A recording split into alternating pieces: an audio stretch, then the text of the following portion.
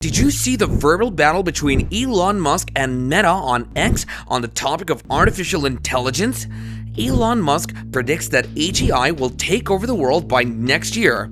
We don't know about AGI, but there are some failures we've seen in generative AI, or should we call it degenerative AI? The main problem with generative AI is that it's biased. In the past 2 years, imagine generators like DALL-E and Gemini have become one of the most popular categories of AI-powered tools on the market. However, these tools tend to generate stereotypes in their images. There are some inborn biases within these systems, and the efforts to bypass these biases have all backfired. They either fail to generate images with diverse subjects or include diversity where it would be inappropriate. Prompt engineering can be a possible solution to overcome this ingrained bias in generative AI, and developers need to address this lack of diversity in the model's training data. In this context, we should talk about stable AI, or rather, we would call it unstable AI. This AI image generator has wasted a lot of money, and now the company is facing a cash crunch. Unlike OpenAI, which Microsoft backs and has money to sustain the research and training of their LLMs, stable AI doesn't have many options, and they're on the verge of shutting down. In fact, the founder and CEO Ahmed Mustak says he is stepping down. If you don't know, this is the same guy who said that in 5 years, AI will replace all programmers. There's 41% of all code on GitHub right now is AI generated. Wow. There are no programmers in 5 years. Now do you understand that generative AI isn't easy? Significant roadblocks lie ahead, and the research and training of these models can cost billions of dollars. Speaking of training and research, Meta is also bringing many AI models such as the Llama 2. Do you know how these models are trained? These models need huge amounts of data, and Zuckerberg's firm uses the data from the social media they own to actually train their models. The privacy agreement has an inbuilt option to get users access to share their data, so this is a simple and built-in process. But to opt out of this, you need to go through a relatively complicated process similar to getting out of a maze. Next, we have Google's AI Search Blender series. Will you use mixed glue with pizza dough to make it more tacky? Google's latest AI search feature has told users to eat glue and rocks. No kidding. The search errors from Google's AI have resulted in a backlash among users. Google AI-powered search was the company's answer to catching up with Microsoft and OpenAI. The new tech update has since generated an array of untruths and errors. When asked how to make pizza, the search giant told the user to add glue to the dough to make the pizza more tacky. It also suggested eating rocks for nutrients. All these are giving Google a black eye and causing chaos online. But this isn't the end. Google's AI model Gemini's image generator depicted a variety of historical figures as people of color. This is something serious and sensitive. The tool depicted a variety of historical figures, including popes, founding fathers of the US, and most painfully, German Second World War soldiers as people of color. The pictures, as well as Gemini chatbot responses over whether libertarians or Stalin had caused the greater harm, led to an array of negative comments from people like Elon Musk, who saw it as another front in the culture wars. These blunders suggest that Gemini wasn't thoroughly tested. This time, Google definitely messed up. As we said, testing and training AI models is a costly affair, and to get a fault-free AI model, we should wait for many years. And now, let's look into some of the famous incidents from around the world caused by AI errors. In February 2024, a passenger got incorrect advice from Air Canada's virtual assistant during an extremely difficult moment, and as a result, Air Canada was ordered to pay damages. Jake Moffat asked Air Canada's virtual assistant for bereavement flights in November 2023 after his grandma passed away. The chatbot informed him that he could apply for a bereavement discount within 90 days of purchasing a regular price ticket from Vancouver to Toronto.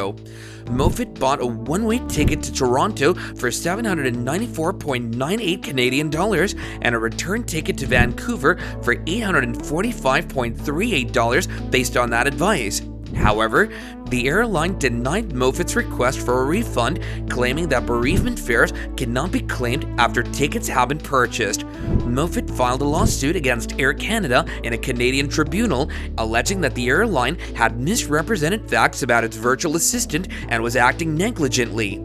Air Canada was judged to have failed to take responsible precautions to guarantee the accuracy of its chatbot. Thus, he mandated that the airline reimburse Moffat $812.02 Canadian dollars, which included $650.88 in damages.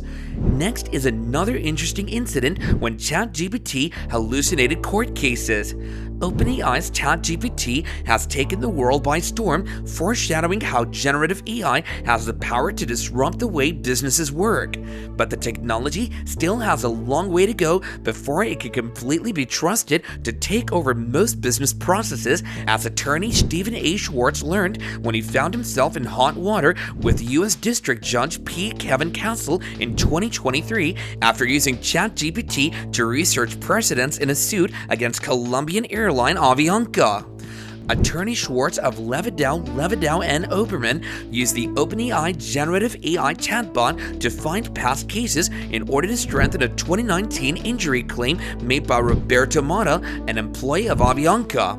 The problem? 6 or more cases included in the brief didn't exist. Judge Castle observed in a May filing that the cases Schwartz presented had false names and docket numbers, in addition to fake internal citations and quotas. In an affidavit, Schwartz told the court that this was the first time he had used ChatGPT as a legal research source and that he was unaware of the possibility that its content could be false. He admitted that he hadn't verified the references the AI chatbot had given. He also said he greatly regrets using generative AI to supplement the legal research performed and will never do so in the future without absolute verification of its authenticity. In June 2023, Judge Castle fined Schwartz $5,000 and dismissed Mata's claims against Avianca in a separate ruling. It looks like someone learned not to completely trust generative AI the hard way. The next couple of AI failures have a racist tone to them. A 2019 study found that Black individuals were much less likely to be flagged by a healthcare prediction algorithm that U.S. hospitals and insurance companies use to identify patients in need of high-risk care management programs. In an effort to avoid major consequences, high-risk care management programs offer primary care monitoring and skilled nursing staff to patients who are seriously ill and unwell for a long time. But compared to Black patients, white people were far more likely to be recommended by the algorithm for these programs. According to the study, the algorithm estimated a person's healthcare needs by using their healthcare spending as a stand-in. However, the healthcare costs of sicker Black patients were on par with the costs of healthier white people, which meant they received lower risk scores even though they were more vulnerable. The researchers said that several factors might have played an important part. First, even if they have insurance, persons of color are more likely to have lower earnings, which may discourage them from seeking medical attention. People of color may also get care that's of inferior quality as a result of this bias. The researchers stated that they were collaborating with a developer to resolve the issue, even though the paper didn't reveal the algorithm or the developer. Microsoft discovered in March 2016 that unpleasant outcomes could come when using Twitter interactions as training data for machine learning systems. Microsoft introduced Tay, an AI chatbot, to the social media network, referring to it as a conversational understanding experiment. The plan was for the chatbot to pretend to be a teenage girl and communicate with users on Twitter by combining natural language processing and machine learning. After providing it with some pre-written content by comedians and anonymized public data, Microsoft released it onto the social network, allowing it to adapt and grow based on its interactions. The chatbot tweeted more than 95,000 times in less than 16 hours, and soon after, many of its comments were openly racist, misogynistic, and anti-Semitic. Microsoft quickly put the service on hold while they made fixes before turning it off completely.